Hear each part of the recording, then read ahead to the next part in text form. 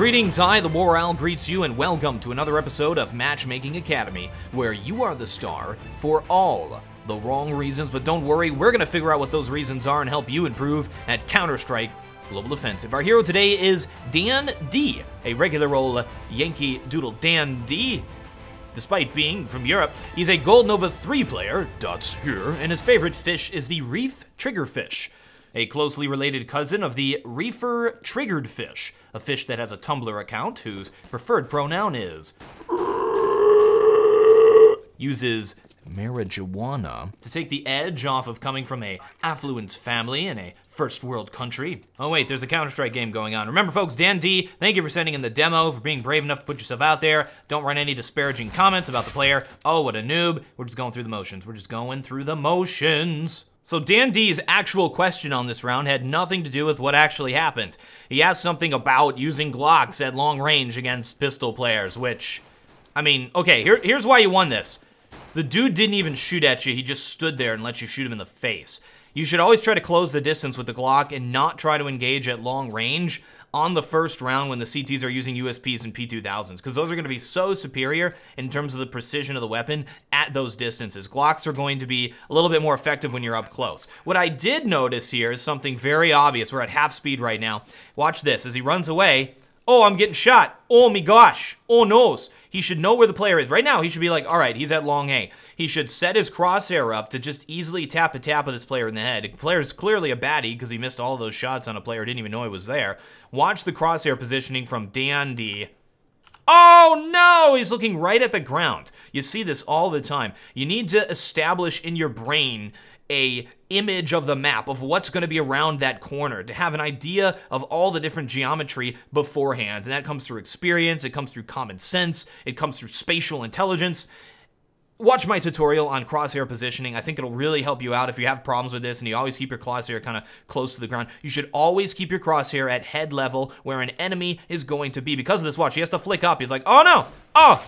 And because of that, it makes it a little bit more difficult for him to shoot the player. If he was just pre-aiming already at where that player was going to be, since it was pretty obvious, I think he would have gotten that kill super easily. Now, I'm genuine when I tell you guys not to disparage these players in the comments. I see it all the time. Just these absolute insecure idiots writing, oh, this guy is Gold Nova 3, blah, he should be Silver 1 because I'm Silver 2 and I'm better, blah, blah. You're insecure, you're a bully, you're an idiot, and you are always going to be a baddie no matter how hard you try. However, that being said, we are about to witness some grade A suckery. We are about to enter the noob zone.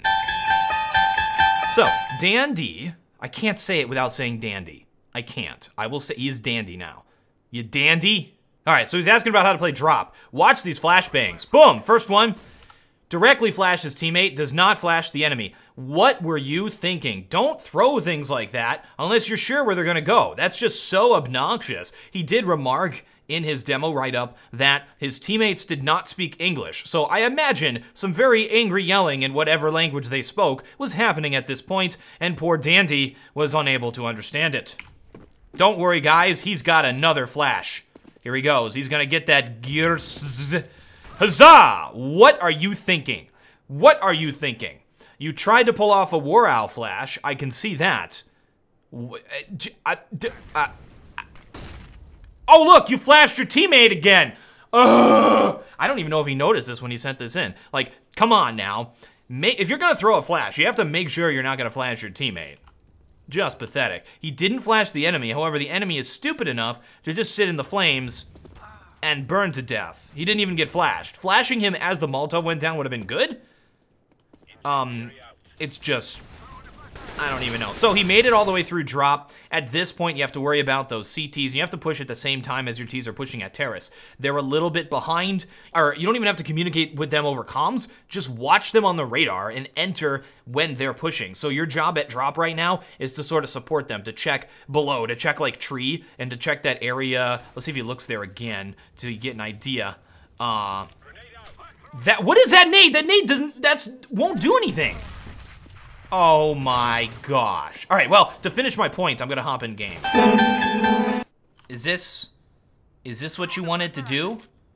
either way, that flash is still going to hit your teammate who's standing right here. So it takes communication to say, hey, buddy, I'm flashing drop. So he can be like, all right, do it. Boom. And now he's going to be like, here I go, I'm the man. You can't do that without communication. He's playing with players who don't even speak English, so he just kept flashing his teammate. He was doing it wrong anyway, but still, if you want to do it, if you want to do that flash, I wouldn't recommend it. Stand up by here, look kind of at the top of the arch there, and then throw, and go boop, into the hole. Kind of hits the end of it here. It's not a good flash. I don't like it at all. The other thing he was trying to do was like doing a weird TheWarOwl flash backwards. This is not the situation where you do that. You do the backwards throwing running flash if you're going around a corner. This is different. It's not, first of all, it goes up into the air when you do a TheWarOwl flash. Second of all, it's stupid. It's not gonna work.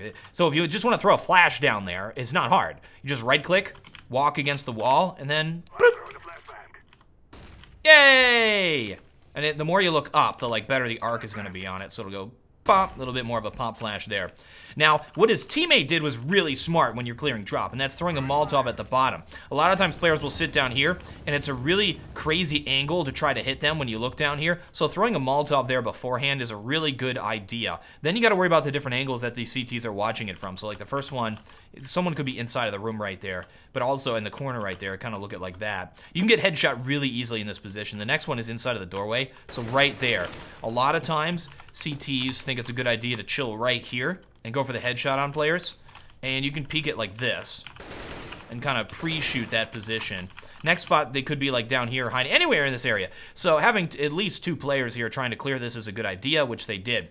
One guy can hold. I've talked about this before. I know I have, because I'm getting deja vu on this. But either way, I don't think that guy saw the video. So one of you guys drop while the other person holds the angle. Makes a lot more sense. And once you get down into drop, it's all about supporting your teammates trying to enter into B. The best way you can do that is to look at this angle right here. This spot right here below, a lot of times, CT players will chill right here like this. They may hold an angle like this as you're trying to run by. And if you're right here, you can clear those positions and watch them here. You may be able to get a real easy kill as well. As you move through here, you have to check this angle though, because a lot of times after you drop down, the CT who's playing this position will go and hide right here and wait for you to kind of cross. So as you move through here and after you look at these spots, you have to check that angle. If you move out further, you then can check tree. Another spot players might be waiting for you is like right here. And then of course around the corner, at the rock, tons of different spots. But you want to be able to, like you can look there, but you want to be able to clear tree, because this is a place CTs can boost a player to watch players entering, and it's really tough to deal with. But if you're able to get this other vantage point, it's really, really helpful in taking bomb site B. Now, once you get to this point, it's a good idea to wait until your teammates start to push terrace. There's no reason to really push any further. You want to push at the same time for the next position. The next position you're going to be checking is behind the statue here. Now, this is a very, very common spot, especially for oppers to play a position like this as you're trying to enter in. And it's a tough one for players on terrace to really deal with, because you can use this as cover. Same thing with the chicken coop. Cover, cover, cover, cover. However, if you have a player coming in from this other position, you've already cleared all of this, they have to focus on 2 positions at once. They'll either try to escape and get out of that position, or they're going to be just dying. Because if you have players on terrace looking, he has to hide behind the statue. Then you can check from this spot. A good player would say, okay, I'm just gonna chill right here and hold this angle. And what that does, even if he just sits here and holds you at this angle and fights you, which you have to be worried about, it allows your teammates to push out at terrace as well. So it's just good to have this alternate position that you're able to push in here. Then, once all that is clear, you have to assume that players are rotating. They could be behind you even at that point. But checking this corner, checking the rock tree. This is like the next spot. It's very common for a player to be. And at that point, you've already entered into the site. It's time to just play defense and hold the enemy off. Learning. I'm going to try to kill these chickens with flashbangs. That's 1. Oh! That was pretty awesome. That was pretty sweet. I'm having a good time. This is more fun than Counter-Strike. Oh, one more. One more. One more. One more. 360! Slam dunk! What am I doing with my life?